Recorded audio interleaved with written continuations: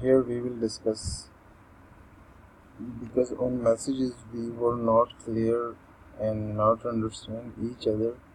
So here I am going to make it clear for you. So first of all, this is your site, and now you need to click on any page, on any item you want. Let's suppose I am trying to log in from this dealer login page. I want to try to know its prices and its detail of the item. So I click this one. It will take me to the login page. This is your login page and you register now.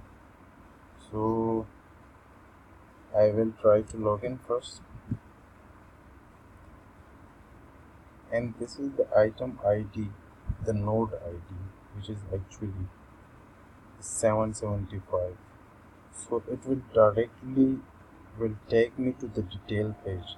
Like this is the detail page of the 775 number of item, and this is the item MRI which I selected. So it take me directly to the detail page, and this is your page, your detail page, as we directly uh, select an item when we are logged in. As we discussed before, I will also show that when you are logged in and click on the link, it will take you directly to the same page as the detail page. Let's suppose this one.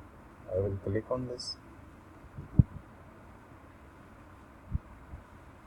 and, and, and it will take me here, and this page will be open, which is the detail page.